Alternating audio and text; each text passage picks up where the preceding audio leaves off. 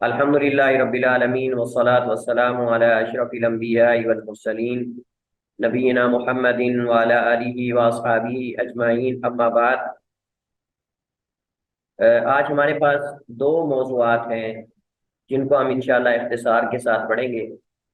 پہلا موضوع ہے رموز اور مخففات۔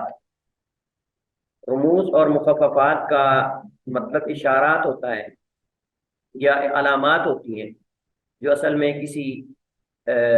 مکمل کلام کی طرف یا کسی چیز کے نام کی طرف یا کسی چیز کے حوالے کی طرف جو ہے وہ اشارہ کرتی ہے۔ اسے رمز بھی کہتے ہیں اور اسے مخفف بھی کہتے ہیں۔ اور دوسرا جو ہمارے پاس موضوع ہے وہ ہے اقتباس کا۔ اقتباس کسے کہتے ہیں اور اقتباس کی کتنی صورتیں ہیں، اور اس کے اصول اور قواعد و ضوابط کیا ہیں، انشاءاللہ اس پہ ہم بات کریں گے۔ تو رموز و اوقاف جو ہے یا رموز اور مخففات جو ہیں، یہ رمز کی جمع ہے رموز، جس کا معنی اشارہ یا علامت، اور تحقیق میں اس کی بہت زیادہ اہمیت ہے۔ اور سوال یہ ہے کہ یہ رموز اور مخففات جو ہیں ان کا فائدہ کیا ہے؟ ان کا فائدہ یہ ہوتا ہے کہ بار بار کسی اصطلاح یا کسی کتاب یا کسی شخصیت کا نام لکھنے کی بجائے اس کی ایک رمز بنا لی جاتی ہے یا اس کا مخفف بنا لیا جاتا ہے، جس کو جو ہے وہ ذکر کیا جاتا ہے۔ کیونکہ اگر آپ دیکھیے کہ اگر اس چیز کو تکرار کے ساتھ ذکر کیا جائے تو بہت سارے صفحات صرف اور صرف ان ناموں پر مشتمل ہوں، اور اسی طرح جو ہے وہ کتاب کا یا مقالے کا یا جو تھیسز ہے اس کا حجم جو ہے وہ بڑھ جائے۔ تو اس وجہ سے یہ رموز اور مخففات جو ہیں انہیں بنایا جاتا ہے تاکہ جو ہے وہ کتاب کا یا مقالے کا اور جو رسالہ ہے اس کا حجم بہت زیادہ نہ ہو، بلکہ صفحات کی تعداد کم ہو، اور اس کے شروع میں بسا اوقات جو لکھنے والا محقق ہے وہ کتاب کے مقدمے میں اس کی وضاحت کر دیتا ہے یا کہیں اور جو ہے اس کی وضاحت کر دیتا ہے۔ تو یہاں ہمارے سامنے جو ہے وہ چند ایک مخففات اور رموز ہیں جن کو ہم پڑھیں گے، مکمل تو نہیں پڑھیں گے، مثالیں آگے موجود ہیں، لیکن چند ایک کی طرف ہم اشارہ جو یہاں موجود ہے ان کی طرف اشارہ کرتے ہیں۔ مثلا میم ہے، تو میم جو ہے یہ علامت ہوتی ہے تاریخ وفات کی۔ تاریخ وفات کو ظاہر کرنے کے لیے میم لگایا جاتا ہے، اور یہ اصل میں سے مراد ہوتا ہے متوفا۔ متوفا یعنی تاریخ وفات، تو میم لکھ کر جو ہے آگے تاریخ وفات لکھ دی جاتی ہے، عیسوی اور ہجری۔ اور آپ کو یاد ہے ہم نے پچھلے لیکچر میں پڑھا تھا کہ تاریخ وفات اور تاریخ میلاد دونوں بریکٹ کے اندر لکھنی چاہیے، دونوں بریکٹ کے اندر جو ہے وہ لکھنی چاہیے۔ لیکن اگر آپ صرف تاریخ وفات لکھنا چاہتے ہیں تو آپ اس کی جگہ جو ہے وہ میم لکھیں گے۔ میم سے مراد متوفا یعنی فلاں تاریخ کو اس کی وفات ہے۔ تو اکثر آپ نے دیکھا ہے کہ جب کتابوں کا نام لکھا جاتا ہے مکمل تو اس کے درمیان میں لکھا جاتا ہے تا۔ تو تا جو ہے انہوں نے وضاحت نہیں کی، ناقص وضاحت ہے، لیکن تا سے مراد دو چیزیں ہوتی ہیں۔ بسا اوقات تا سے مراد جو ہے طبعات کے نمبر کو ظاہر کیا جاتا ہے، تا یعنی طبع نمبر، تا سے مراد طبع نمبر۔ اور کبھی جو ہے میم تا کتاب کا نام لکھ کر نیچے حاشیے میں میم تا لکھ دیا جاتا ہے، میم یا تا۔ میم سے مراد مخطوط اور تا سے مراد مطبوع۔ یہ بھی ہوتا ہے، حالانکہ صاحب کتاب کو یہ واضح کرنا چاہیے تھا صاحب کتاب کو یہاں یہ واضح کرنا چاہیے تھا کہ تا سے مراد صرف جو ہے وہ طبع یا ایڈیشن نمبر نہیں ہوتا۔ ایڈیشن کا نمبر مطلب کتاب کی جو ایڈیشن ہے اس کا پہلا ایڈیشن ہے، دوسرا ہے، تیسرا ہے، چوتھا ہے۔ آپ جانتے ہیں ہر ایڈیشن میں کچھ اضافات ہوتے ہیں اور کچھ جو ہے وہ اس کے اندر غلطیوں کی تصحیح ہوتی ہے، کچھ جو ہے وہ اس کے اندر چیزیں کاٹ چھانٹ کی جاتی ہیں، جیسا کہ آپ جانتے ہیں۔ تو یہ جو تا ہے اس سے مراد میں نے کہا کہ یا تو مراد طبع نمبر ہوتا ہے، طبعات نمبر، ایڈیشن نمبر، اور کبھی اس سے مراد مطبوع بھی ہوتا ہے، یعنی یہ کتاب طبع ہو چکی ہے اور یہ کتاب مخطوط ہے۔ اگر کتاب ابھی طبع نہ ہوئی ہو لیکن ہاتھ سے لکھا کلمی نسخہ ہو، مطبوع ہو، مخطوط ہو، اس کے آگے بھی لکھ دیتے ہیں میم، میم سے مراد مخطوط اور تا سے مراد مطبوع، یہ بھی ہوتا ہے۔ تو بہرحال مطبوع تا سے مراد اگر مطبوع ہو تب بھی، اگر تا سے مراد جو ہے وہ ایڈیشن ہو تب بھی تقریباً قریب قریب ہے۔ تو یہاں دیکھیں آپ، یہ لکھا ہوا ہے بریکٹ میں تا 5، تا 5 یعنی ایڈیشن نمبر 5، ایڈیشن نمبر 5 یہ مراد ہے۔ اگلے والے جو 3 رمز آ رہے ہیں نا، یہ والے، اس سے تینوں سے مراد تقریباً ایک ہے۔ مثلا اگر ہے با تا، تو با تا کا معنی ہے بدونی تاریخ، با تا کا معنی ہے بدونی تاریخ یعنی بغیر تاریخ کے، اس کی تاریخ کوئی معلوم نہیں۔ آپ کتاب سے کوئی اقتباس لیتے ہیں، کتاب سے کوئی چیزیں آپ نقل کرتے ہیں، اب آپ اس کا حوالہ دینا چاہتے ہیں، لیکن حوالے کے اندر اس کی تاریخ اشاعت جو ہے، اس کی تاریخ اشاعت کتاب کی نشر ہونے کی، پبلش ہونے کی اس کی تاریخ نہیں لکھی ہوئی، تو آپ لکھیں گے با تا یعنی بدون تاریخ، بدون تاریخ۔ یا مثلا تا نون، تا نون کا معنی یہ ہے کہ تاریخ نامعلوم ہے، تا نون کا معنی ہے تاریخ نامعلوم ہے۔ سین نون، سین نون کا معنی ہے سن، سن اس کا سال جو ہے وہ نامعلوم ہے۔ تو یہ ہوتے 3 چیزیں۔ اگر بات ہو جس سے مراد یہ ہے کہ اس کتاب کا ایڈیشن کا جو سال ہے وہ نامعلوم ہے بدونی تاریخ، قانون ہو اس سے مراد یہ ہے کہ تاریخ نامعلوم ہے۔ اگر سین نون ہو اس کا معنی یہ ہے کہ اس کا سن نامعلوم ہے، اس کا سن نامعلوم ہے۔ یہ تینوں طرح کے مخففات ایک ہی امر کو ظاہر کرتے ہیں، تاہم محقق کے لیے ضروری ہے کہ وہ اپنے تحقیقی مقالے کا معیار بلند رکھنے کے لیے پورے مقالے میں ایک ہی طرح کے مخففات کا استعمال کریں۔ اس کا مطلب یہ نہیں ہے کہ بدونی تاریخ یا تا نون استعمال کر رہا ہے یا سین نون کر رہا ہے تو کہیں با تا استعمال کرے، کہیں تا نون استعمال کرے، کہیں سین نون استعمال کرے، یہ صحیح نہیں ہے۔ جب ایک رمز ایک ہی معنی کے لیے استعمال کر رہا ہے تو اس کو ایک ہی رکھے، یہ نہیں کہ ایک ہی چیز کے لیے کہیں اور رمز استعمال کرے، کہیں اور استعمال کرے۔ مثلا ہم نے بات کی کہ میم، اب میم سے مراد جو ہے پیچھے اس نے متوفا، متوفا کا لفظ استعمال، اس کے لیے میم کا رمز استعمال کیا یا مخفف۔ تو اب ہر جگہ ضروری ہے کہ جب بھی کسی کی تاریخ وفات لکھے تو اس کے ساتھ میم لکھے، پھر متوفا نہ لکھے یا کوئی اور رمز نہ بنائے اس کے لیے، بلکہ وہ ایک رمز ہی، ایک مخفف ہی پورے مقالے کے اندر چلنا چاہیے۔ اس طرح مثلا تا ہے تو تبا نمبر، تو اس کے لیے پھر اتبا نہ لکھے، مثلا صرف تا استعمال کرے ہر جگہ۔ یہ ان کا مقصد ہے ذکر کرنے کا کہ جو رمز پھر استعمال کرنی ہے پورے مقالے میں شروع سے لے کر آخر تک وہ ایک ہی استعمال کرنی ہے۔ یہ نہیں کہ کبھی پورا نام لکھ دے، کبھی اس کی رمز لکھ دے، کبھی نام لکھ دے، کبھی اس کی رمز یا اس کا مخفف لکھ دے، تو یہ صحیح نہیں ہے۔ اسی طرح مثلا جیم ہے،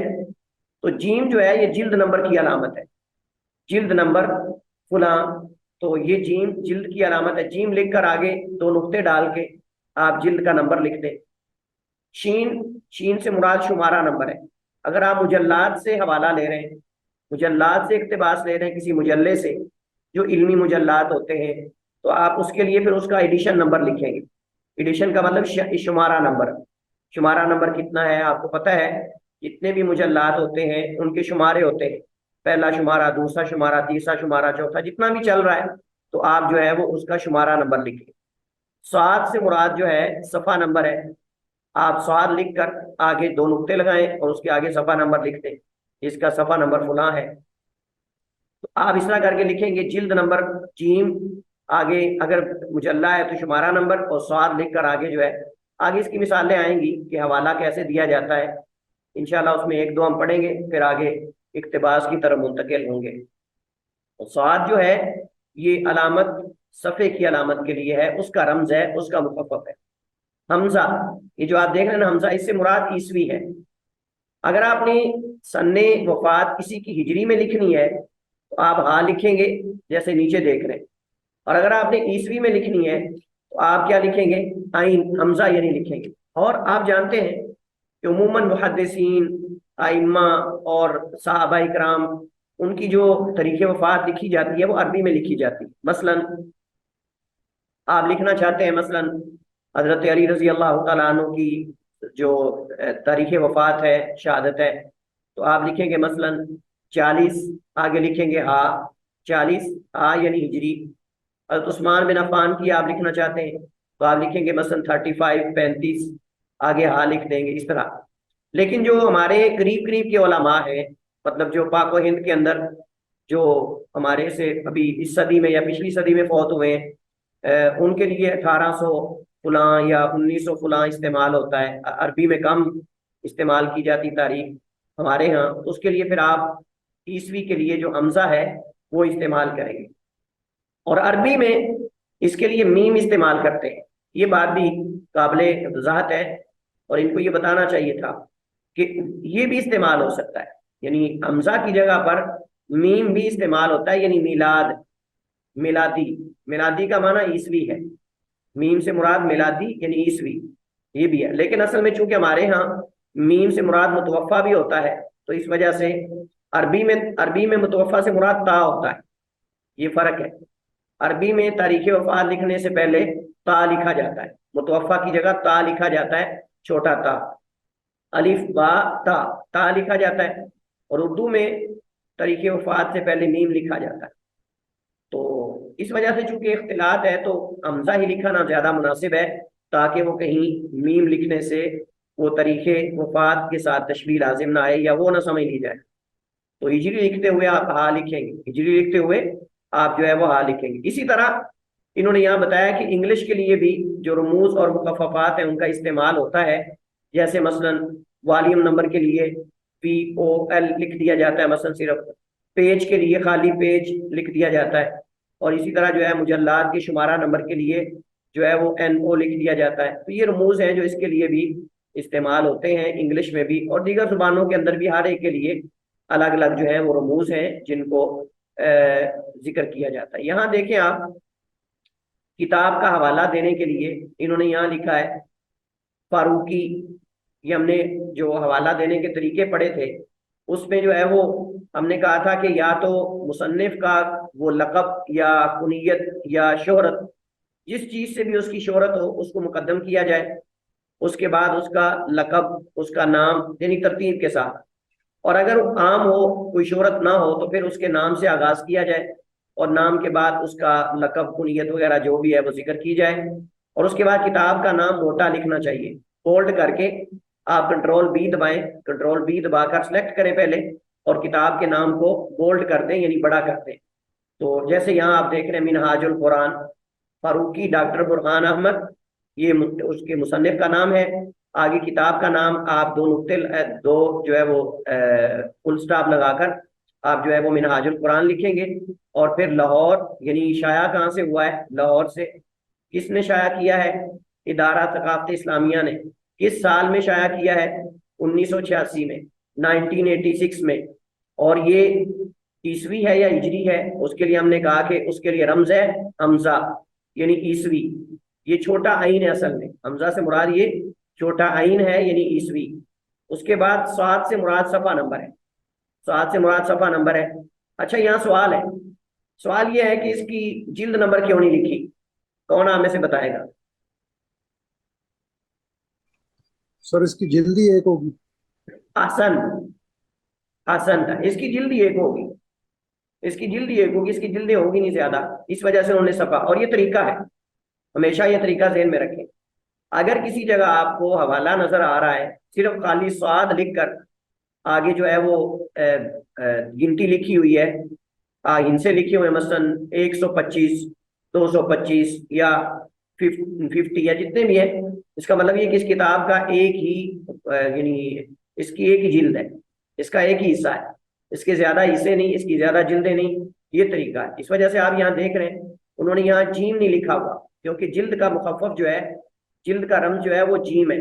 لیکن انہوں نے لکھا ہوا خالی سعاد ہے، سعاد سے مراد صفحہ یعنی صفحہ نمبر. ایضاً، ایضاً سے کیا مراد ہے؟ یعنی مصنف وہی ہے، کتاب بھی وہی ہے، اور ادارہ بھی وہی جس نے طبع کیا ہے، صرف صفحے کا فرق ہے. لہذا ایضاً آگے صفحہ لکھ کر 75 لکھ دیں، باقی سارا اسی طرح آپ اس کو چھوڑ دیں، گویا کہ پڑھنے والے کو سمجھ آ جائے گی۔ ایزن کا معنی یعنی فاروقی ڈاکٹر برہان احمد منہاج القرآن میں، جس کو لاہور میں شائع کیا گیا، ادارہ ثقافت اسلامیہ نے شائع کیا اور 1986 میں، اور صفحہ نمبر 75 ہے۔ اس کے بعد فاروقی ڈاکٹر برہان احمد منہاج القرآن لاہور ادارہ ثقافت اسلامیہ، آگے ہے تا نون۔ تا نون کیا مطلب ہے؟ تا نون سے تاریخ نہ معلوم۔ تاریخ نامعلوم، احسن۔ فاروقی منہاج القرآن صفحہ نمبر 70۔ باقی تقریباً اسی طرح ایدن، ایدن بھی آپ لکھ سکتے ہیں، اور اس کو جو ہے صفحہ نمبر سے مراد، نیچے انہوں نے اس کی وضاحت کی ہے کہ یہاں جو ہے وہ ایدن سے مراد کیا ہے۔ چلیے خیر، کہتے ہیں اگر ایک ہی مصنف کی 2 کتابوں کا حوالہ دینا ہو تو پھر آپ کیا کریں گے؟ 3 نقطے لگا دیں گے، یہ فل سٹاپ 3 لگا کر سیوطی کی جگہ جلال الدین سارا نام نیچے آ جائے گا، اور کتاب چونکہ مختلف ہیں کتابیں، اوپر الدر المنثور ہے اور نیچے الاتقان فی علوم القرآن ہے، تو آپ سیوطی کی جگہ پر نیچے 3 جو ہے وہ فل سٹاپ لگا دیں گے۔ اصل میں 3 نقطے لگائے جاتے ہیں، یہ 3 نقطے ہیں، ہم نے اس دن بھی پڑھا تھا، تو یہ آپ نیچے لگا کر آگے الاتقان فی علوم القرآن، چونکہ کتابیں مختلف ہیں اگرچہ مصنف ایک ہے، باقی ساری معلومات آپ اسی طرح لکھیں گے۔ بیروت دارالفکر 1993 جلد نمبر 2 صفحہ نمبر 190۔ اسی طرح مصر میں الحیۃ المصریۃ العامہ للکتاب، آگے 1974 جلد نمبر 2 اور صفحہ نمبر 123۔ اس طرح کر کے اس کی تفصیلات ساری جو ہیں وہ یہاں مذکور اور موجود ہیں۔ کسی کا ترجمہ آپ نے لکھنا ہے، اس کا حوالہ اپنے تعارف وغیرہ کروانا ہے تو کیسے؟ انہوں نے اس کی بھی ایک مثال دی ہے، یوسف قرضاوی ڈاکٹر، پہلے اس کا نام ذکر کریں پھر اس کا ڈاکٹر ذکر کریں، چونکہ یہ زیادہ ڈاکٹر سے معروف نہیں بلکہ یوسف قرضاوی اپنے نام سے ہی معروف ہے، اپنے نام سے ہی معروف ہیں، اس وجہ سے آپ پہلے ان کا نام ذکر کریں گے اور ڈاکٹر کو بعد میں ذکر کریں گے۔ اسلام اور سیکولرزم کتاب کا نام ہے، مترجم ساجد الرحمان صدیقی، اور اسلام آباد سے یہ طبع ہوئی۔ رسالے کا حوالہ دینا ہے تو آپ نیچے اس کی مثالیں موجود ہیں۔ چلیے خیر، لغات کا حوالہ دینا ہے تو اس کا طریقہ یہ ہے، انسائکلوپیڈیا کا حوالہ دینا ہے تو اس کا طریقہ یہ ہے، انٹرنیٹ سے مستفاد مضامین کا حوالہ دینا ہے تو آپ اس کا لنک شیئر کریں گے۔ آپ اس کا لنک شیئر کریں گے، پہلے ویب سائٹ کا نام لکھیں گے مکمل، اس کا نام لکھنے کے بعد آپ اس کا لنک دیں گے، اور پھر آگے اس کی تاریخ وغیرہ جہاں سے آپ نے یہ نقل کیا ہے، یہ طریقہ ہے۔ فہرست مصادر اور مراجع، مصنفین اور مؤلفین کے مشہور ناموں کا ہی لحاظ رکھا جاتا ہے اور پھر اس کے اعتبار سے اس کو ترتیب دیا جاتا ہے۔ چلیے خیر، ہم اگلے موضوع کی طرف منتقل ہوتے ہیں، اور وہ ہے اقتباس کا، اقتباس اور کتابیات کی فنی تدوین۔ اقتباس جو ہے یہ اصل میں اقتباس ہے، اقتباس اقتباس سے ہے، جس کا معنی ہوتا ہے اچکنا، کسی چیز کو چننا، اچکنا، اخذ کرنا، اس کے معنی میں استعمال ہوتا ہے۔ لیکن جو ہے یہاں مراد یہ ہے کہ مصنف کا، محقق کا قرآن سے یا حدیث سے یا کسی بھی دوسرے کی کلام سے جو ہے وہ اقتباس کرنا، یعنی کوئی حصہ اچک لینا، اخذ کر لینا، اور اس کو اپنے الفاظ میں یا اپنے انداز میں یا اس انداز میں بیان کرنا کہ وہ لگے گویا کہ اس کی اپنی کلام ہے، کہ وہ لگے گویا کہ اس کی اپنی کلام، یا شعور نہ رہے کہ وہ اس کی کلام ہے یا کسی اور کی کلام ہے، تو اس کو جو ہے وہ اقتباس کہتے ہیں۔ اقتباس کی تعریف انہوں نے یہاں ذکر کی ہے، یہاں لغوی بھی وضاحت موجود ہے، جیسے میں نے ذکر کیا کہ چننا، اخذ کرنا، حاصل کرنا، تو یہ لفظ منتخب کلام کے لیے بھی استعمال ہوتا ہے، روشنی حاصل کرنے کے لیے۔ قرآن کریم میں ہے یوم یقول المنافقون والمنافقات للذین آمنوا انظرونا نقتبس من نورکم، اس دن منافق مرد اور منافق عورتیں ان سے کہیں گے جو ایمان لائے، یعنی اہل ایمان سے، انظرونا نقتبس، انظرونا ہماری طرف جو ہے وہ توجہ فرمائیے تاکہ ہم تمہارے نور میں سے کچھ لے لیں، اخذ کر لیں، اچک لیں، یعنی لے لیں۔ اقتباس کی اصطلاحی تعریف انہوں نے ذکر کی ہے کہ اصول تحقیق کی اصطلاح میں کسی مقالہ، بیان یا کتاب وغیرہ سے منوہن یا انتخاب اور اختصار سے اس کا کوئی حصہ نقل کرنے یا بیان کرنے کا نام اقتباس ہے۔ آپ کسی مقالے سے، کسی بیان سے، کسی کتاب سے آپ عبارت کو یا تو ہو بہو اسی طرح نقل کر دیں، یا پھر آپ اس کا اختصار یا انتخاب اس میں سے اپنے الفاظ میں انتخاب کر کے آپ اس کو پیش کریں تو یہ ایک اقتباس ہوتا ہے۔ آپ دیکھیں ابن قیم رحمہ اللہ تعالیٰ اور کئی قدیم جو علماء ہیں ان کی کلام میں آپ دیکھیں گے کہ وہ اقتباس کرتے ہیں، بسا اوقات قرآن کی آیات گویا کہ لگ رہا ہوتا ہے کہ یہ آیات سے اقتباس ہے، احادیث سے اقتباس ہے، یعنی الفاظ احادیث والے بکثرت استعمال کرتے ہیں، وہ قرآنی آیات کے الفاظ استعمال کرتے ہیں۔ جیسے آپ ابن قیم رحمہ اللہ تعالیٰ کا جو قصیدہ نونیہ ہے، قصیدہ نونیہ اگر آپ اس کو پڑھیں یا اس کو سنیں آپ، تو اس کے اندر آپ دیکھیں گے حور الحسانی اس طرح کر کے آخر میں وہ تقریباً قرآن کریم کے جو بر وزن آیات ہیں جہاں آخر نون آتا ہے، وہ وہاں سے جو ہے وہ اقتباس کر کے اس کو نقل کرتے ہیں، جنت کی حوروں کے بارے میں، جنت کے بارے میں اور نعمتوں کے بارے میں وہ ساری چیزیں اس کے اندر ذکر کرتے ہیں۔ تو یہ ایک طرح کا اقتباس ہوتا ہے۔ تو اقتباس جو ہے وہ تین طرح کا ہے، ایک جو ہے اقتباس تین طرح کا ہے۔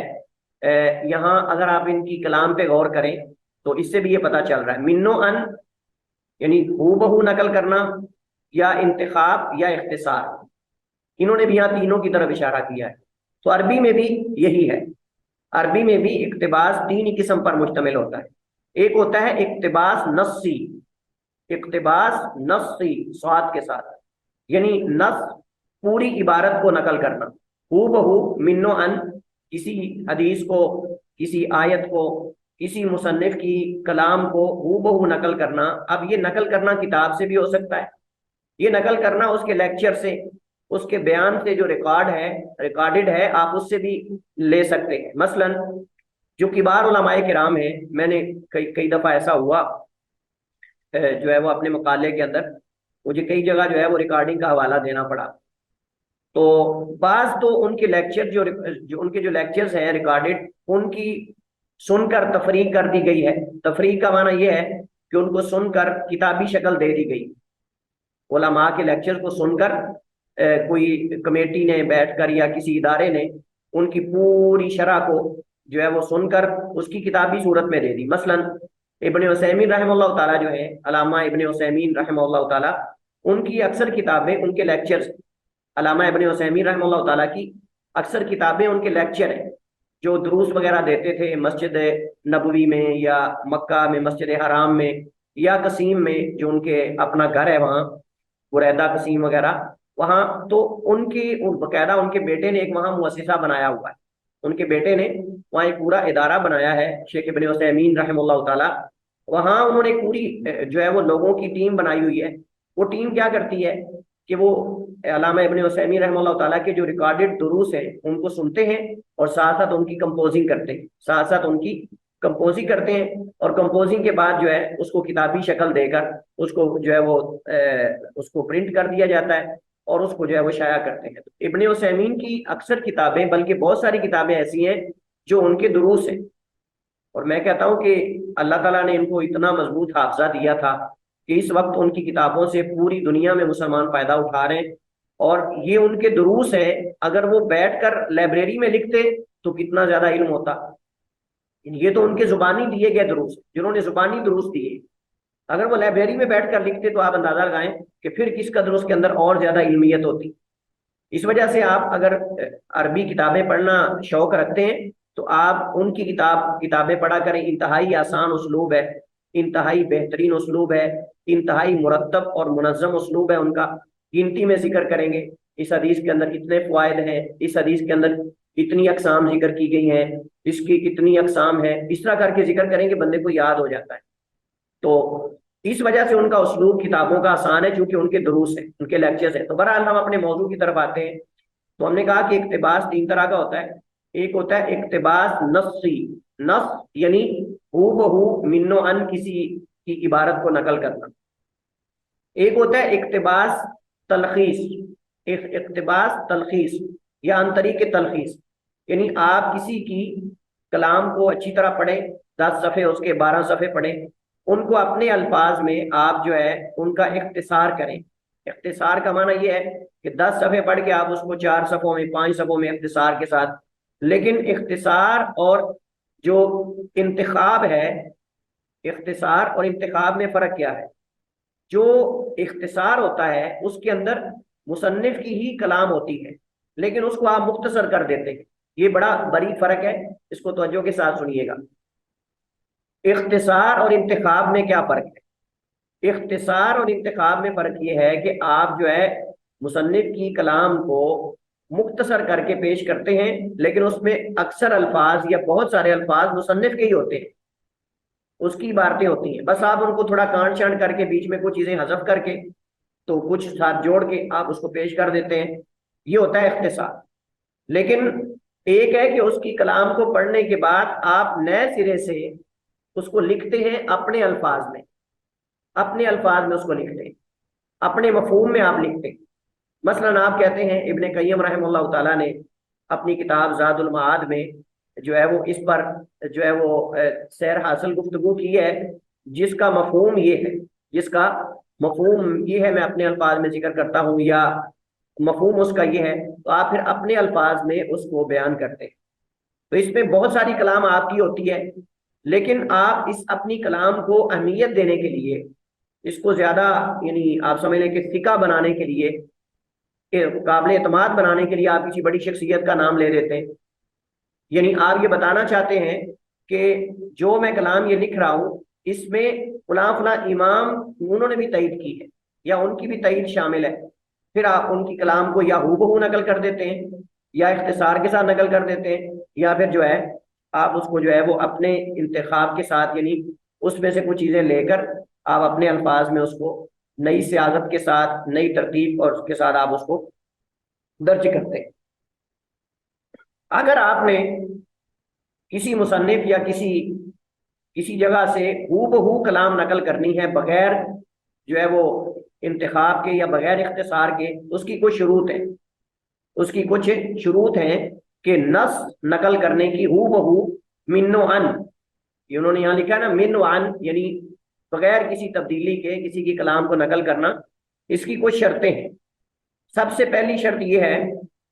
کہ آپ اس نص کی جو صاحب کلام ہے اس کی طرف نسبت جو ہے وہ اس کی تاکید کر لیں، آپ تاکید کر لیں یا آپ تحقیق کر لیں کہ واقعتاً جو نص آپ نقل کر رہے ہیں یہ اسی کی ہے جس کی طرف آپ اشارہ کر رہے ہیں۔ بس آپ کہتے ہیں قال ابن القیم رحمہ اللہ تعالیٰ، ابن قیم نے کہا، آگے آپ جو ہے دو نقطے لگاتے ہیں، دو نقطے لگانے کے بعد آپ جو ہے وہ علامت تنصیص لگاتے ہیں جو دو قوسیں ہوتی ہیں الٹی، پھر آپ اس میں ان کی کلام نقل کرتے ہیں۔ گویا کہ یہ علامت ہے اس بات کی کہ آپ من و عن ان کی کلام نقل کر رہے ہیں۔ جب آپ نے کہا قال ابن القیم، ابن قیم نے کہا، آگے آپ نے دو نقطے لگائے، آگے آپ نے وہ دو الٹی قوسیں لگائی، پھر آپ نے ان کی کلام کو نقل کر دیا، ادھر بھی دو قوسیں ادھر بھی دو قوسیں الٹی۔ مطلب یہ ہے کہ آپ ظاہر کرنا چاہتے ہیں کہ آپ نے مصنف کی کلام کو ہو بہو نقل کیا اور یہ مصنف کی کلام ہے، لہٰذا اس کے لیے پہلی شرط یہ ہے کہ آپ یہ تحقیق کر لیں کہ واقعتاً جو کلام آپ قائل کی طرف منسوب کر رہے ہیں کسی بھی امام کی طرف یا کسی بھی مصنف یا کسی بھی آدمی کی طرف، کیا واقعی یہ نسبت صحیح ہے، یہ واقعی ان کی کلام ہے، ان کی کتاب میں ہے۔ یہ نہ ہو کہ آپ کسی اور سے نقل کر رہے ہیں، وہ کسی اور سے نقل کر رہا ہو، وہ کسی اور سے نقل کر رہا ہو کہ یہ ابن قیم نے کہا، ابن قیم نے وہ کہا ہی نہ ہو۔ تو اس وجہ سے آپ جب کسی کی کلام سے اقتباس لیں من و عن، تو آپ اس کی تحقیق کر لیں کہ یہ واقعتاً ہی مصنف یا صاحب کلام کی کلام ہے جس کی طرف آپ اس کو منسوب کر رہے ہیں۔ دوسرا یہ ہے کہ آپ جب کسی کی کلام من و عن نقل کریں تو اس کی کچھ شروط اور قواعد ہیں، ان میں سے دوسری شرط یہ ہے کہ آپ جب کسی کی کلام من و عن نقل کریں تو آپ اس کے لیے الٹی قوسیں لگائیں، اس کے لیے آپ قوسین لگائیں، دو الٹی قوسیں۔ ہم نے پیچھے جو رموز پڑھے تھے، رموز و اوقاف، ہم نے کہا کہ آپ نے جب کسی کی کلام نقل کرنی ہے تو اس کے لیے دو الٹی قوسیں آپ نے لگانی، دو الٹی قوسیں جس کو ہم دو الٹے قومیں بھی آپ کہہ سکتے ہیں، ادھر بھی ادھر بھی الٹے۔ عربی میں اور ہیں، عربی میں تھوڑے ٹیڑھے ہیں، اور اردو میں تھوڑا جیسے الٹی قوس ہوتی ہے نا، جیسے کوما ہوتا ہے نا، یہ والا دیکھیں نا آپ، یہ اقتباس سے پہلے جو آپ دیکھ رہے ہیں، تو یہ دو لگائیں گے آپ، ٹھیک ہے، اس طرح کے دو ادھر دو ادھر، یہ دو لگائیں، مطلب اس کو کہتے ہیں کہ علامت تنصیص، علامت تنصیص یا علامت اقتباس بھی آپ کہہ سکتے ہیں، اقتباس کی علامت یہ ضرور لگائیں اگر آپ من و عن نقل کر رہے ہیں۔ لیکن اگر آپ من و عن نقل نہیں کر رہے تو پھر آپ آپ اس کا نام لکھیں فلاں فلاں کی، اس نے کہا جس کا مفہوم یہ ہے، آگے دو نقطے لگائیں، اور پھر آپ اپنے الفاظ میں یا انتخاب کے ساتھ یا اختصار کے ساتھ آپ اس کا مفہوم نقل کر کے آخر میں حوالہ دے دیں یہ فلاں کتاب سے میں نے لیا ہے۔ تو دو شرطیں ہوگی، اور یہ چیزیں جو ہیں جو جہاں نقل کی جا رہی ہیں یہ میں آپ کو اختصار سے بتا رہا ہوں، آگے اختصار سے بتا رہا ہوں۔ تیسری چیز اس کے اندر یہ ہے کہ آپ جو ہے اگر آپ کو لگ رہا ہے کہ اقتباس زیادہ ہو رہا ہے، بس اس کا حجم بڑھ رہا ہے،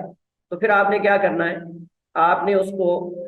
چھوٹے حروف کے ساتھ، عام حروف کے ساتھ لکھ دینا ہے۔ اگر نص یعنی عبارت کا حجم بڑھ رہا ہو تو آپ اس کو چھوٹے حروف کے ساتھ لکھ دیں، تاکہ وہ آپ کی کتاب اور بعد والی کلام جو ہے اس سے زیادہ بڑی نہ لگے علامت تنصیص، تھوڑا اس کو چھوٹا کر دیں عام یعنی مسافت، اور اس کی سطریں جو ہیں لائنیں ان کی مسافت کم کر دیں۔ اگر آپ چاہتے ہیں، اور یہ پیچھے ہم نے پڑھا، اگر آپ چاہتے ہیں کہ آپ اس کی کلام میں سے ہو بہو نقل کر رہے ہیں من و عن، لیکن ساری نقل نہیں کرنا چاہتے، بیچ میں سے اجزاء نقل کرنا چاہتے ہیں، تو آپ کیا کریں، ایک جز لے لیں، پھر آگے 3 نقطے لگا دیں، پھر ایک جز لے لیں، پھر آگے 3 نقطے لگا دیں، پھر آپ ایک جز لے لیں، پھر ایک 3 نقطے لگا دیں، جیسے ہم نے پیچھے پڑھا تھا۔ مطلب یہ کہ درمیان میں عبارت حذف ہے، درمیان میں عبارت حذف ہے، پھر آگے آپ کچھ حصہ لے لیں، پھر 3 نقطے لگا دیں، پھر ایک حصہ لے لیں، پھر 3 نقطے لگا دیں، اس طرح کر کے آپ جو ہے وہ اس کی عبارت کو اقتباس اس میں سے ہو بہو من و عن جو ہے وہ نقل کر سکتے ہیں۔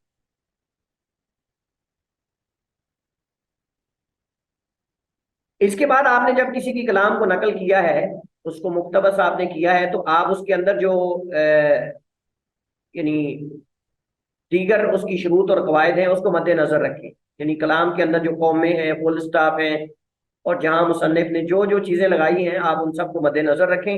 اس کے اندر آپ اگر غلطی ہے تو یہ نہیں کہ غلط بھی آپ نقل کر دیں، کیونکہ بعض طلبہ یہ سمجھتے ہیں کہ جب کسی کی کلام کو اس کی اقتباس کو نقل کرنا ہے تو اگر غلط بھی ہے تو اس کو آپ نے غلط ہی نقل کرنا ہے، نہیں، ایسا نہیں۔ ہاں، اگر آپ کو لگتا ہے کہ اس کی اس عبارت میں غلطی ہے، یا عبارت اس طرح نہیں بلکہ اس طرح ہے، حدیث میں غلطی نقل کی گئی، یا قرآنی آیت غلط ہے، تو قرآنی آیت کو آپ صحیح نقل کریں گے، قرآنی آیت کو آپ صحیح نقل کریں گے، حدیث کو صحیح نقل کریں گے۔ اور اس کی کلام میں اگر کوئی غلطی ہے تو آپ اس کو یا تو وہیں صحیح کر دیں بریکٹ کے اندر، یا نیچے حاشیے کے اندر اس کی وضاحت کر دیں کہ مصنف نے یہ اس طرح کہا ہے جبکہ یہ عبارت اصل میں یہ نہیں بلکہ اس طرح ہے، تو آپ نیچے اس کی وضاحت بھی کر سکتے ہیں۔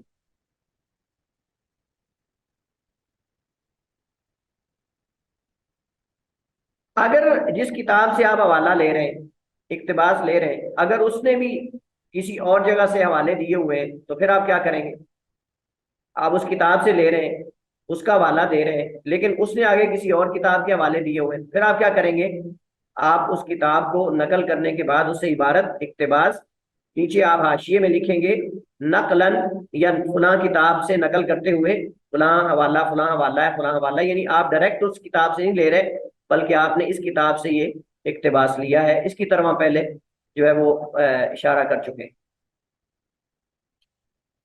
جی، اس کے بعد ہمارے پاس جو ہے وہ دوسرا طریقہ ہے اقتباس تلخیص۔ تلخیص کے ساتھ جو ہے وہ کسی کی کلام سے اقتباس کرنا، اس کو خلاصہ تن نقل کرنا۔ خلاصہ کے اندر شرط یہ ہے کہ آپ اس طرح خلاصہ کریں کہ وہ مخل نہ، مخل کا معنی خلل والا نہ، اس کے اندر خلل نہ، یعنی آپ تلخیص ایسی نہ کریں کہ مفہوم ہی نہ سمجھ آ رہا، یا مسئلہ ہی واضح نہ ہو رہا، پتہ ہی نہ چل رہا ہو کہ یہاں مسئلہ کیا بیان ہو رہا ہے، جو اصل چیزیں وہ حذف کر دیں اور جو غیر اہم ہے ان کو باقی چھوڑ دیں، تو ایسا نہیں۔ اختصار ایسا ہونا چاہیے کہ پڑھنے والے کو لگے گویا کہ وہ اصل کلام پڑھ رہا ہے، گویا کہ وہ اصل کلام پڑھ رہا ہے، اور یہ خوبی ہوتی ہے بہترین خلاصہ کرنے والے کی۔ قدیم علماء جب کسی کتاب کا خلاصہ کرتے تھے تو اس کتاب کو پڑھ کر لگتا تھا گویا کہ آپ اصل کتاب پڑھ رہے ہیں۔ تو آپ اگر کسی کی کلام کو خلاصہ تن بیان کر رہے ہیں یا نقل کر رہے ہیں تو ایسا اختصار ہونا چاہیے جو مخل نہ، مخل کا معنی یہ ہے اس میں خلل نہ، اس کے اندر اہم جو مصنف بات کہنا چاہتا ہے جس کی کلام آپ نقل کر رہے ہیں وہ واضح ہونی چاہیے، اس کا نقطہ نظر واضح ہونا چاہیے، اس کا ہدف واضح ہونا چاہیے، اور اس کی جو اس کے دلائل ہیں ان میں سے آپ جو مضبوط دلائل ہیں ان کو حذف نہ کریں، جو اہم باتیں ہیں اہم پوائنٹس ہیں ان کو حذف نہ کریں بیچ میں سے۔ بعض لوگ اختصار کرتے ہیں کسی کی کلام کا لیکن وہ اہم باتوں کو حذف کر دیتے ہیں اور جو ہے وہ گرا دیتے ہیں اختصار میں، اور جو غیر عام ہوتی ہیں ان کو اختصار میں چھوڑ دیتے ہیں. مثلاً میں آپ کو بتاتا ہوں، اس نے یہ صفحہ پڑھا، صفحہ پڑھتے پڑھتے درمیان میں اس نے کہا اچھا یہ لائن میں گرا دیتا ہوں، آگے والا حصہ تھوڑا اچھا لگ رہا ہے اس کو چھوڑ دیتا ہوں. یہ نہیں، آپ پوری کلام پڑھیں صفحہ، پھر اس کا اختصار کریں، پھر ایک صفحہ پڑھیں پھر اس کا اختصار کریں. اس طرح کر کے اختصار ہونا چاہیے، نہ کہ ساتھ ساتھ پڑھتے جائیں اور اختصار بھی کرتے جائیں. ایسے نہیں ہونا چاہیے. اختصار پورا صفحہ پڑھنے کے بعد کرنا چاہیے، اختصار کو پورا صفحہ پڑھنے کے بعد جو ہے وہ کرنا چاہیے. اس کے بعد آپ نے اپنے الفاظ میں اگر کسی کی کلام نقل کرنی ہے، لیکن اس کو اپنے الفاظ میں یعنی انتخاب کرنا ہے یا اس کو اپنے الفاظ میں آپ نے بیان کرنا ہے، تو اس کے لیے سب سے پہلے یہ ہے کہ اس کا مقصد یہ ہوتا ہے، آج کل جو ایک سافٹ ویئر نکلا ہے، یہ اس کا فائدہ ہے اپنے الفاظ میں کسی کی کلام کو نقل کرنے کا. فائدہ یہ ہے کہ آپ کہیں گے ینظر، ینظر کا معنی دیکھیے، دیکھیے فلاں فلاں کتاب. اپنے الفاظ میں مختلف کتابوں سے چیزیں لے لیں، نیچے لکھ دیں آپ دیکھیے فلاں فلاں کتاب. اس کا فائدہ یہ کہ آج کل جو سافٹ ویئر نکلا ہے نا، اس کے اندر وہ آپ کی ورڈ فائل کو یا PDF فائل کو ڈال کے چیک کرتے ہیں کہ آپ نے مقالے میں کتنے فیصد جو ہے وہ اقتباس لیا ہے، لوگوں سے نقل کیا ہے، اور کتنے فیصد آپ نے خود لکھا ہے. یہ بڑا اہم پوائنٹ ہے جس کی طرف میں اشارہ کر رہا ہوں. یہ M Phil لیول پہ، PhD لیول پہ یہ آج کل اپلائی ہو رہا ہے. اور میں نے باقاعدہ جب وہاں جمع کروایا تو میرے ساتھ ایسا ہوا ہے، میرے ساتھ ایسا ہوا کہ انہوں نے اس کو ایک کیا اس کو کہتے ہیں، پروگرام ہے سافٹ ویئر، اس کے اندر انہوں نے ڈالا،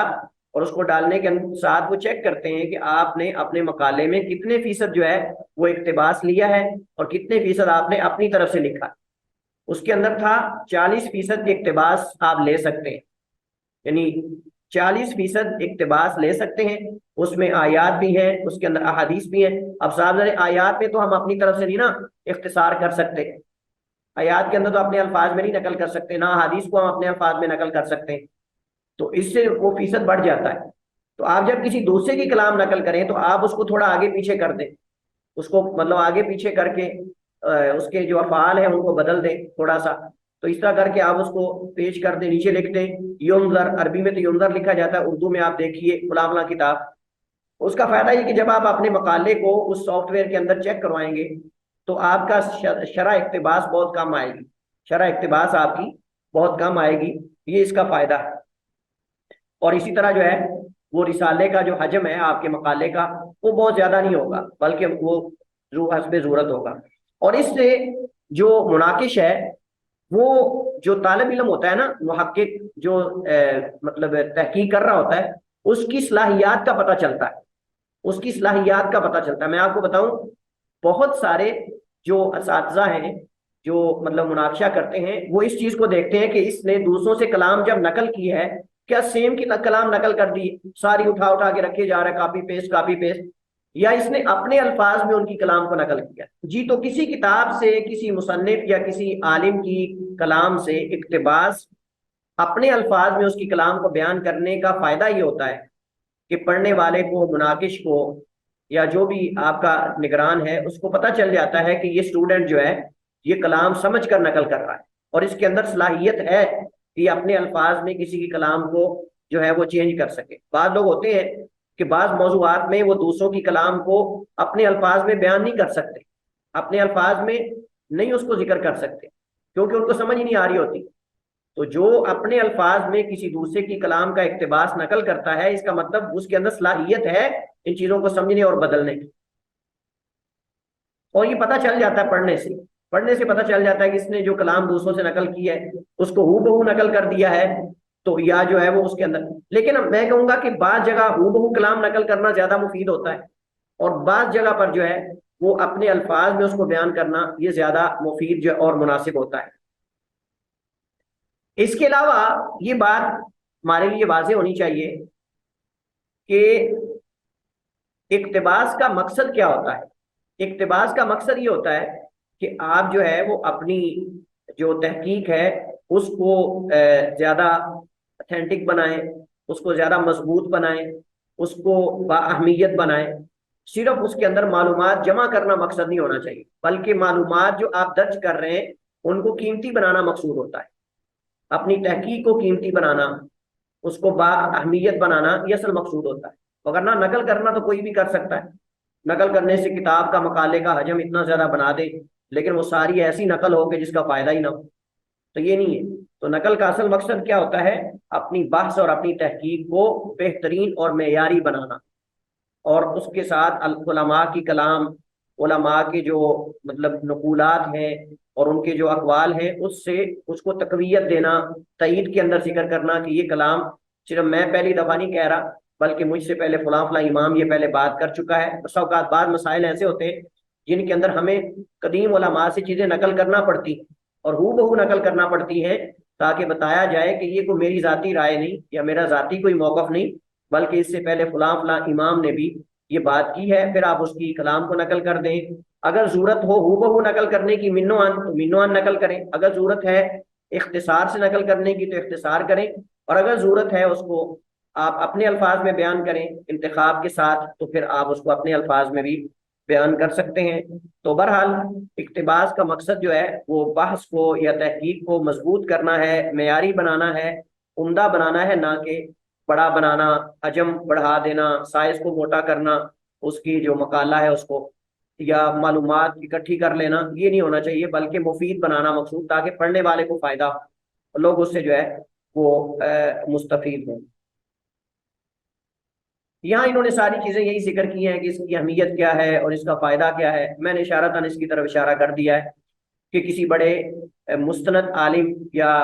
امام یا متقدم میں سے کسی کے کلام کو نقل کرنے کا مقصد اپنی معلومات کو اہمیت دینا اور اس کا حوالہ یا اس کی سند ذکر کرنا اصل مقصود ہوتا ہے کہ اس چیز کی سند ہے، میں اپنی طرف سے اس کو ذکر نہیں کرتا۔ یہاں انہوں نے اقتباس کی اقسام ذکر کی ہیں، لفظی یا براہ راست اقتباس، بالواسطہ اقتباس۔ لفظی یا براہ راست اقتباس یہ ہے کہ کسی مصنف کی عبارت کو اسی کے الفاظ میں نقل کیا جائے۔ براہ راست اقتباس اگر مختصر ہو تو اس کا حجم 3 سے کم سطور پر مشتمل ہو تو اسے واوین میں بند کر کے، واوین کا وہی مطلب ہے قوسین، یعنی دو واو الٹی جو ہے اس کے اندر بند کر دیا جائے، متن کے اندر نقل کیا جائے۔ تاہم براہ راست اقتباس 3 یا زائد سطور پر مشتمل ہو تو اسے متن سے الگ نئی سطر سے شروع کیا جائے۔ متن کے اندر اس کو ذکر نہ کریں آپ اپنے مقالے کے، بلکہ اس کو نئی سطر سے شروع کر کے اس کو آپ ذکر کریں۔ اور وہی جس کو میں سائز کی بات کر رہا تھا کہ آپ اس کو جو ہے وہ اس طرح کر کے سائز اتنا رکھیں اور فلاں کریں۔ بالواسطہ اقتباس کسی دوسرے سے آپ جو ہے کسی دوسرے کی رائے، فکر یا تحریر کو مانوی طور پہ آپ صفحہ کرتاز کرتے ہیں۔ مانوی کا مطلب یہ ہے کہ آپ جو ہے وہ اپنے الفاظ میں نقل کر رہے ہیں لیکن کلام اس کی ہے یا آپ ریفرنس اس کا دینا چاہتے ہیں تو آپ اپنے الفاظ میں اس کو بیان کر کے نیچے حوالے کے طور پر دے دیں، دیکھیے فلاں فلاں کتاب۔ مطلب یہ کہ یہ آپ کی کلام جو ہے صرف آپ کی نہیں بلکہ اس سے پہلے بھی یہ کلام ملتی ہے فلاں فلاں کتابوں کے اندر، تو اس کا مطلب اپنی رائے کو تھوڑا مضبوط کرنا یا اس کے سند اور حوالہ نقل کرنا ہوتا ہے۔ اقتباس دینے کا اسلوب، تحقیق نگاری میں اقتباس دینے کے 3 اسالیب مروج ہیں۔ اقتباس دینے کا ایک اسلوب تو یہ ہے کہ اقتباس کی عبارت متن کے اندر ہی واوین میں درج کی جاتی ہے۔ یہ صورت میں ہوتا ہے کہ جب اقتباس براہ راست اور اس کا حجم 3 سطور سے کم ہو۔ اقتباس دینے کا دوسرا اسلوب یہ ہے کہ متن سے الگ نئی سطر اقتباس کی عبارت شروع کی جائے، یعنی نئی سطر سے، اور دونوں اطراف میں مناسب جگہ چھوڑ دی جائے جس کی مقدار عموماً آدھے انچ یا پونے انچ کی ہوتی ہے۔ اقتباس دینے کا تیسرا طریقہ بالواسطہ اقتباس کا ہے جو کہ مانوی طور پہ دیا جاتا ہے اور اخذ شدہ مواد کو اپنے الفاظ میں بیان کرنے کے بعد اس کا ماخذ یا حوالہ نیچے حاشیے میں آپ لکھ دیتے ہیں۔ جیسے میں نے کہا کہ آپ اپنے الفاظ میں نقل کر کے نیچے جہاں جہاں جن کتابوں سے آپ نے پڑھ کے یہ نقل کیا ہے اپنے الفاظ میں آپ نیچے لکھ دیں، دیکھیے فلاں فلاں کتاب، ان کا آپ حوالہ دے دیں۔ اقتباس دینے سے قبل متن کے پیراگراف میں آخری جملہ اس طرح کا لکھیں جس سے بالواسطہ اقتباس کی ضرورت اور جواز کا اظہار ہو۔ یہ بڑی اہم بات ہے کہ جب آپ اقتباس نقل کرنے لگے ہیں اس سے پہلے والی لائنوں میں آپ ٹچ دیں، وہ دوسرے لفظوں میں کہتے ہیں نا اسلامی ٹچ دیں، تو آپ ٹچ دیں جس سے پتا چلے کہ یہ اقتباس جو آپ نقل کر رہے ہیں اس کی اہمیت ہے، اور یہ اہمیت آپ پہلی ان سطروں کو اہمیت دینے کے لیے یا اپنی کلام کو اہمیت دینے کے لیے آپ یہ نقل کر رہے ہیں۔ یہ نہ ہو کہ آپ اقتباس ایسی جگہ نقل کر رہے ہیں کہ آپ نے اس سے پہلے اپنی ضرورت کو واضح نہیں کیا۔ اپنی ضرورت واضح کریں کہ میں یہ اقتباس یہاں کیوں نقل کر رہا ہوں، تو آپ کہیں کہ ابن قیم رحمہ اللہ تعالیٰ نے بھی اس چیز پر بڑا زور دیا ہے اور اس چیز کو انہوں نے اپنی کتابوں میں کئی جگہ پر جو ہے وہ واضح کیا ہے اس مسئلے کو ابن تیمیہ نے بھی واضح کیا، فلاں نے بھی کیا ہے، لیکن ابن قیم رحمہ اللہ تعالیٰ نے بہترین انداز میں اس مسئلے کو واضح کیا ہے، جس کو یہاں میں نقل کرتا ہوں۔ تو پھر آپ کہیں قال ابن القیم، ابن قیم نے کہا، پھر آگے آپ اس طرح دو الٹی واو لگائیں اور ان کی کتاب، اگر آپ ان کی عبارت ہو نقل کرنا چاہتے ہیں تو بھی، اور اگر آپ جو ہے اپنے الفاظ میں نقل کرنا چاہتے ہیں تو بھی، آپ اس کو جو ہے وہ جیسے تین ہم نے صورتیں پڑھی ہیں اس کے مطابق آپ اس کو نقل کریں۔ تو یہ چیز آپ سمجھ گئے نا کہ آپ نے اقتباس نقل کرنے سے پہلے اس کی اہمیت کو واضح کرنا کہ کیوں میں نقل کر رہا ہوں۔ تو آپ اس کو اس پہ زور دیں کہ یہ اس مسئلے کو فلاں فلاں نے واضح کیا ہے، اس طرح کر کے پھر آپ اس کو نیچے نقل کریں۔ اقتباس دینے میں توجہ طلب نکات جو ہے اس میں یہ کہ ایک تحقیقی مقالے میں متعدد اقتباس ہوتے ہیں، اس لیے اقتباس دینے میں بھی مناسب ترتیب ہونی چاہیے۔ کسی مسئلے میں تحقیق جوں جوں آگے بڑھتی ہے، محقق کو درجہ بدرجہ اس پہ ضرورت بطور دلیل اقتباس دینا چاہیے تاکہ مسئلہ زیر بحث کی جزئیات طے ہوتی جائیں اور ان کو تقویت ملتی جائے، سند ملتی جائے کہ یہ کلام صرف آپ کی نہیں بلکہ آپ سے پہلے بھی لوگ کر چکے ہیں۔ کیونکہ بسوں کا لوگ کہتے ہیں لو جی یہ رائے آپ کی ہے اور کسی نے تو نہیں کہا، پہلے کس نے کہا ہے، یہ آپ ہی کہہ رہے ہیں نا۔ تو اگر آپ اس کے نیچے کبار علماء، بڑے علماء، ائمہ کی کلام نقل کر دیتے ہیں نا، بندہ کہتا ہے یار یہ کلام اس بندے کی نہیں، یہ تو امام احمد سے بھی ہے، امام شافعی سے بھی ہے، یہ فلاں امام سے بھی ہے۔ تو اس سے آپ کی کلام اور آپ کا جو مقالہ اور آپ کی جو عبارتیں ہیں اس کی اہمیت بڑھ جاتی ہے۔ تو اس کی وجہ سے کہہ رہے ہیں تاکہ مسئلہ زیر بحث کی جزئیات طے ہوتی جائیں اور پیش کردہ افکار و نظریات کی ارتقائی صورتوں کا تجزیہ کرنے میں آسانی رہے۔ انہوں نے یہاں اقتباس دینے کے لیے جن امور کو مد نظر رکھنا ضروری ہے انہیں یہاں ذکر کیا گیا، ہم ان کو پڑھ لیتے ہیں جلدی سے چند ایک کو۔ کہتے ہیں براہ راست اقتباس طویل ہو تو اس کے پیراگراف بھی اصل ہی کی طرح دیے جائیں۔ اقتباس کے اندر بھی اقتباس ہو تو اسے الٹے اور سیدھے نقطے یعنی اس طرح کر کے نقل کریں۔ یعنی ابن قیم رحم اللہ تعالیٰ کی کلام آپ نقل کر رہے ہیں، ابن قیم نے آگے کسی اور کی کلام نقل کی ہوئی ہے تو آپ اسی طرح کریں جیسے آپ نے پہلے کیا ہے۔ پہلے ابن قیم کی کلام آپ نقطے لگائیں، پھر الٹی دو واو لگائیں، پھر بیچ میں ابن قیم نے جس کی کلام نقل کی ہے آپ وہاں جا کر بھی کہیں مثلا قال ابن عباس، عبداللہ بن عباس نے فرمایا، آگے دو نقطے لگائیں، پھر آپ ان کی کلام کے اندر بھی دو الٹی واو لگائیں جیسے ہم نے ابن قیم کی کلام کے ساتھ لگائے۔ یہ مقصد ہے، جیسے یہاں انہوں نے اس کی مثال دی۔ تو آپ الٹی واو لگائیں درمیان میں بھی جہاں جس کے اقوال نقل کیے گئے۔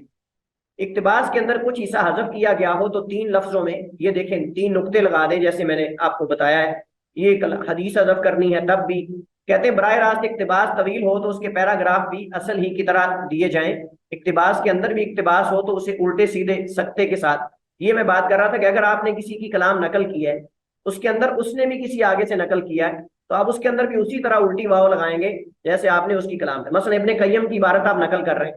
ابن قیم نے عبداللہ بن عباس کا قول نقل کیا ہوا ہے تو آپ بیچ میں کہیں گے قال ابن عباس، آگے پھر آپ اسی طرح الٹی واو لگائیں گے ان کی کلام کے اندر بھی، پھر اگر انہوں نے کسی سے نقل کیا ہوا ہے تو آپ اس کے اندر بھی لگائیں گے۔ یہ مقصد ہے۔ اقتباس کے اندر اگر کچھ حصہ حذف کرنا چاہتے ہیں تو آپ تین جو ہے وہ نقطے لگائیں گے، پھر آگے تین نقطے لگائیں گے، پھر اس طرح کر کے جو اہم چیز ہے وہ لے لیں، باقی غیر اہم کو بیچ میں حذف کرتے جائیں اور تین نقطے لگاتے جائیں تاکہ جو ہے وہ اس کا حجم زیادہ نہ ہو جائے۔ اچھا، عام طور پہ اقتباس کا استعمال اچھا نہیں سمجھا جاتا اور اس بات پہ زور دیا جاتا ہے کہ آپ کے خیالات آپ اپنے الفاظ میں جو ہے وہ کسی دوسرے کے خیالات کو نقل کریں، اور اس سے طالب علم کی اسٹوڈنٹ کی صلاحیات بھی واضح ہوتی ہیں۔ اور دوسرا میں نے آپ کو بتایا تھا کہ جو سافٹ ویئر ہے جس سے آپ کا مقالہ چیک کیا جاتا ہے کہ آپ نے کتنے فیصد اقتباس لیا ہے تو اس کے اندر بھی آپ کامیاب ہو جائیں گے، کیونکہ اگر آپ کا اقتباس 40% سے زیادہ ہو یا کچھ پرسنٹیج ہوتا ہے تو آپ کا مقالہ رد کر دیا جائے گا، ریجیکٹ کر دیا جائے گا۔ اچھا، اس کے بعد اقتباس میں بے سبب بے ربط عبارات نقل نہ کریں، وہی جملے دیے جائیں جو براہ راست موضوع تحقیق سے متعلق، بس ایسی غیر ضروری چیزیں وہاں نقل نہ کریں، اہم چیزیں دے دیں، باقی حذف کر دیں، نقطے لگا دیں بیچ میں۔ دوسروں کے خیالات کو اپنے الفاظ میں بیان کرتے وقت بہت احتیاط کرنی چاہیے، یہ نہ ہو کہ آپ اپنے الفاظ میں بیان کرتے ہوئے اس کی غلط ترجمانی کر رہے ہیں، اس کی مراد اور ہو اور آپ جو اپنے الفاظ میں ترجمانی کر رہے ہیں آپ اور طرف لے جا رہے ہیں۔ آج کل بہت زیادہ ایسا ہوتا ہے کہ لوگ دوسرے کی کلام کو اپنے الفاظ میں بیان کرتے ہیں لیکن اس کی ترجمانی غلط کر رہے ہوتے ہیں، وہ ادھر جا رہا ہوتا ہے، یہ ادھر جا رہا ہوتا ہے۔ تو جب کسی کی اپنے الفاظ میں آپ ترجمانی کر رہے ہوں تو اس کا جو اصل مقصد ہے مصنف کا اس سے باہر نہیں جانا چاہیے۔